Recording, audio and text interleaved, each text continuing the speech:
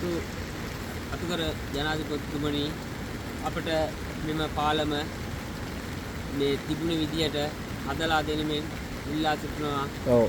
මේ පාලම තමයි බොලගන්ද වල තිබුණ එකම සම්පත. ඉතින් අද ඒක ඔවුන්ගේ අස්සන්න නෙලාගෙන අස්සන්න ගෙවල් වලට ගෙනියන්න බැරි තත්ත්වයට පාවා විනාශ වෙලා තිනවා. මේක දිට්ටාක් සොලිකුණාට හේතුවෙන්.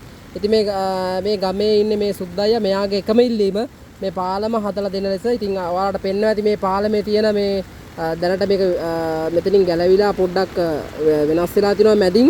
ඒ වගේම තමයි මේ පාලමේ පාරත් මෙන්න මේ විදිහට කැඩිලා තියෙනවා. ඔයාලට පෙන්වනවා ඇති. ඉතින් මේක කොහොම හරි මේ රටේ ජනතාවගේ අවශ්‍යතාවයද මේ කොහොම හරි හදලා දෙන්න කියලා අපි ඉල්ලනවා. ඔයාලට පෙන්වනවා ඇති මෙතන මේ පාලම වෙනස් වෙලා තියෙන හැටි.